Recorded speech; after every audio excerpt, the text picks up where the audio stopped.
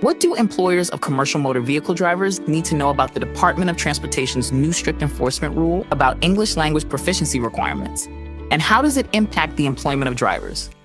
On June 23, 2025, the U.S. Department of Transportation, or the DOT, issued new enforcement guidance prohibiting commercial motor vehicle drivers from using interpretive tools, such as translation applications during roadside inspections, to demonstrate English language proficiency, also referred to as ELP.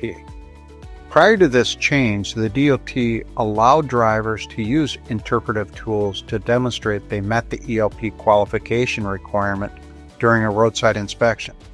The rationale under this earlier approach was to balance safety enforcement with the practical realities of a diverse workforce. Under the new enforcement guidance, drivers who are unable to meet ELP requirements will be issued out-of-service orders and cited for noncompliance.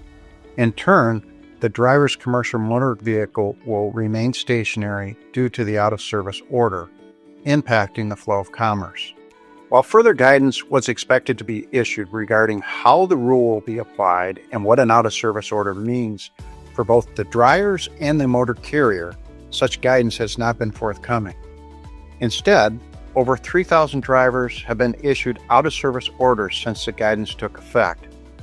Given the foregoing, employers should assess how the new enforcement guidance impacts their current drivers, as well as how it impacts their driver hiring process. If an employer knows their current drivers lack English language proficiency, they should explore the available training options. For instance, during routine safety meetings, drivers could be refreshed on the various road signs they may encounter and the meaning of those signs. Depending on the circumstances, however, more robust training may be necessary. In those circumstances, such training could be a double-edged sword.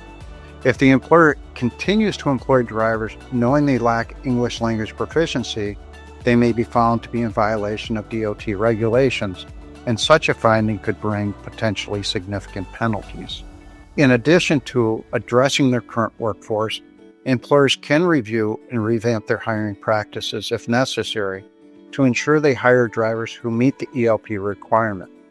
In revamping their hiring practices, employers should retrain managers and supervisors involved in the hiring process on the do's and don'ts of hiring, interview questions, and the difference between an English-only rule, which is likely unlawful, and an English proficiency rule. In the past, most employers allowed translation devices to satisfy ELP requirements, which is no longer permitted. As a result, employers will need to develop a strategic and individualized approach to responding to the new enforcement guidance. To address your individual concerns around ELP awareness and compliance, we encourage you to consult with legal counsel. Littler attorneys are well-versed in the new enforcement guidance and offer comprehensive training programs to help employers benchmark recommended practices and navigate this evolving regulatory landscape.